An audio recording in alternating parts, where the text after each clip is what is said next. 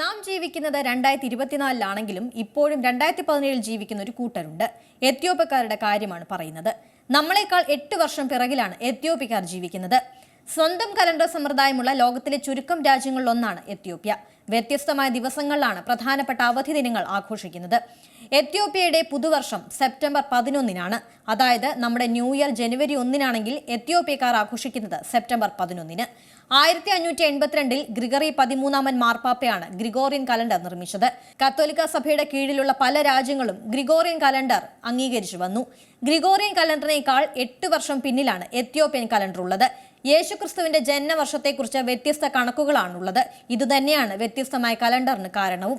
യേശുവിന്റെ ജനനത്തിന് ഏറെ വർഷങ്ങൾക്ക് മുൻപ് തന്നെ ദൈവം ലോകത്തെ സൃഷ്ടിച്ചുവെന്നാണ് എത്യോപ്യൻ ഓർത്തഡോക്സ് സഭയുടെ വിശ്വാസം. എത്യോപ്യൻ കലണ്ടറിന് 30 ദിവസമുള്ള 12 മാസങ്ങളും 5-6 ദിവസങ്ങളുള്ള പഗുമേ എന്ന 13-ാം മാസവുമുണ്ട്.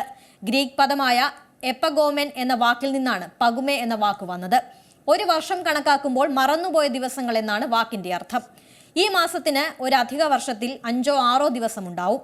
ഒരു വർഷത്തിന് 365 ദിവസവും 6 മണിക്കൂറും 2 മിനിറ്റും 24 സെക്കൻഡുമാണ്.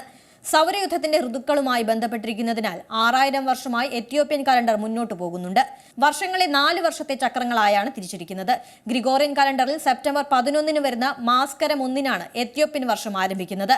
2 സെറ്റുകളുള്ള 12 മണിക്കൂർ ക്ലോക്ക് സിസ്റ്റം എത്യോപ്യ ഉപയോഗിക്കുന്നു.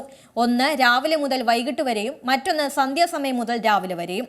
രാവിലെ 6 മണിക്ക് തുടങ്ങി വൈകിട്ട് 6 മണിക്ക് അവസാനിക്കും. ഇങ്ങനെ ചില നിഗൂഢതകൾ ഒളിഞ്ഞിരിക്കുകയാണ് ഇപ്പോഴും എത്യോപ്യൻ കലണ്ടറുകളിൽ. ഏറ്റവും പുതിയ വാർത്തകളും വിശേഷങ്ങളും വിരൽ തുമ്പിലറിയാൻ സീ മലയാളം ന്യൂസ് എല്ലാ ഡിജിറ്റൽ പ്ലാറ്റ്ഫോമുകളിലും ലഭ്യം.